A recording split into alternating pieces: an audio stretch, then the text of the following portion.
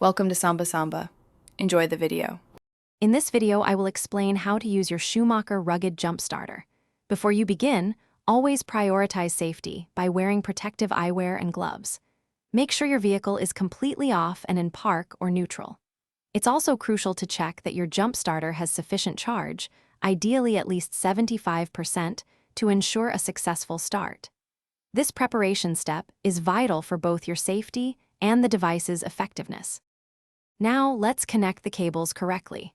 First, securely attach the red positive clamp to your vehicle's positive battery terminal. Next, take the black negative clamp and connect it to a clean, unpainted metal part of the engine block, away from the battery.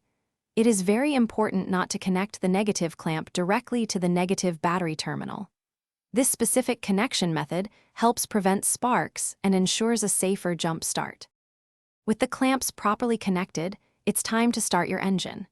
Turn on your Schumacher Jump Starter and wait for the ready indicator light to illuminate, which usually takes a few seconds. Then, attempt to start your vehicle for no more than 5 seconds.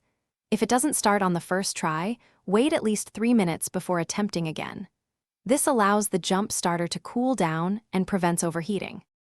Once your vehicle has successfully started, it's time to disconnect the jump starter. Always remove the black negative clamp first from the engine block, then carefully detach the red positive clamp from the battery terminal. After each use, remember to recharge your jump starter fully. This maintains its battery health and ensures it's ready for the next time you need it. Store it in a cool, dry place for optimal longevity. Thanks for watching. Consider subscribing if we helped you.